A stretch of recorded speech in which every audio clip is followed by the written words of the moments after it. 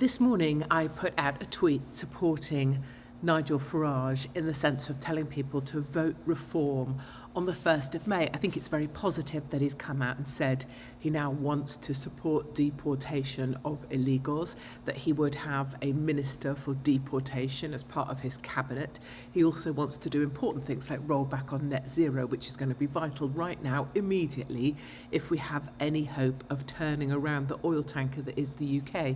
What I wanted to do was address some of the pushback or people's thoughts on this kind of live on this video. So I'm just going to go through comments that people have made and just give my responses in kind of real time. He says in the clip he wants to return to new Labour levels of deportation. So he has no intention of solving more than 1 to 2% of the problem. This isn't my idea of a revolution. Well, I totally agree. Revolution isn't going to come through the voting booths. It's not going to come through democracy as we see it. It's not going to come through going on and ticking a nice box and doing what you're told through the system that we're being offered. That has to come later. For now, vote reform. Sorry, but right now I can't. I don't believe a word. Vote reform. So I think it's important there that you're holding on to that. You don't believe a word that he says. You know that he's a monster. He's let you down in the past. Still, vote reform. I still think Rupert Lowe would be a better choice, but I guess he's not an option. That's unfortunate. Exactly. All of that is absolutely true. Rupert Lowe is not an option on the 1st of May, so therefore vote reform. The only option we have left before it's too late. That's more of the idea of it, is you have to choose your monster. At this point, Farage is the monster that's available, and so you choose that monster, and so you vote reform. He's a liar and a snake. He'll sell us all out to a replacement. I think it doesn't matter what I think, A. B, I would agree with that. Or certainly what I'm saying here is that you have every right to think that. Obviously, you think he's a liar and a snake. Got it. Still, vote reform. He's the monster we have at the moment. What you're saying may be true, but we need to move in the direction that we're trying to move in. Okay, let's try this one. I hope he means it. He's flip-flopped on this issue for months. It's what an overwhelming majority want, mass deportations and our country back. Right, so you don't necessarily have to believe what he's saying now either. He has flip-flopped on this. He said he wouldn't deport people. Now he's saying he would deport people. So you're right. He's not being consistent with what he said. Still, vote reform. Nothing different to what Rupert Lowe's been saying for a long time. Agreed. Vote reform. Not until Zia is gone, or it will be a Muslim party when Nigel undoubtedly bails as usual. I agree with what you're saying there. I personally think Mohammed Zia Yusuf has no place in a party that is for ordinary British people. That doesn't matter right now. Vote reform. I agree at the moment the only viable monster is reform. However, I'm so open to other monsters gaining momentum, such as UKIP and integrity. It's an important question. It is. So the way I see it is, and the way I'm trying to explain this is, if you think about the direction we're trying to go in, you aim in that direction. So in military parlance and other parlance, I'm sure, course correction. You aim in the direction you're trying to go to, and later we can course correct. So for the 1st of May vote reform, in the direction you're setting your compass in the direction we're trying to get to, and then when we know more details, when we can get further information, we'll course correct.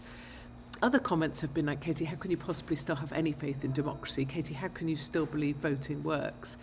I don't have any faith in democracy.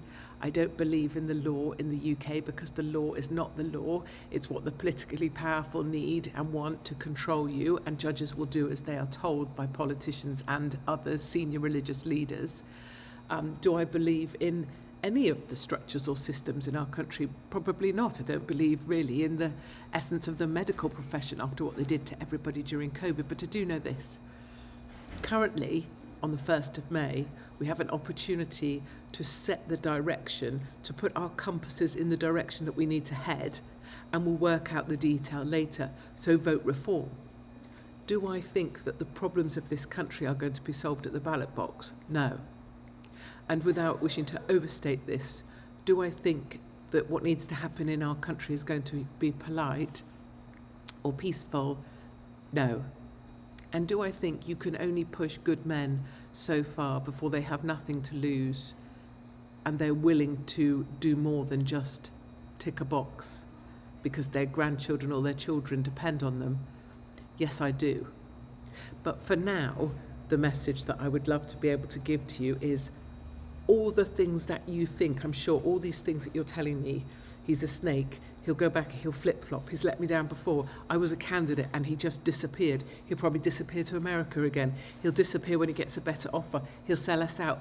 All of those things can be true at the same time as you vote reform. By voting reform, you are not placing a vote that says, I like Nigel Farage and I trust him. You're saying, I know the direction this country needs to take. For now, I'll give this guy a tick. All you're doing is gaming the system. The system means we never truly have a voice. It's like being at a casino. You're going in to game the system to get the result we need in order that we can course correct later.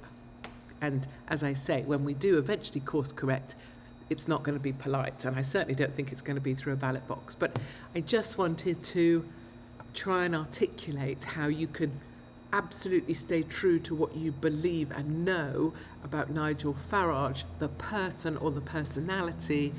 I mean, you may love him, also brilliant, and also tick a vote for reform, even though in your heart you support UKIP, or you support Ben Habib, or you know that Rupert Lowe's been treated terribly, or you know that Nigel is a snake, or you cannot stand Mohammed Zia Youssef, or any of those things. You can stay absolutely consistently true to that whilst also voting reform in a way of gaming the system, because the system will never truly let us win.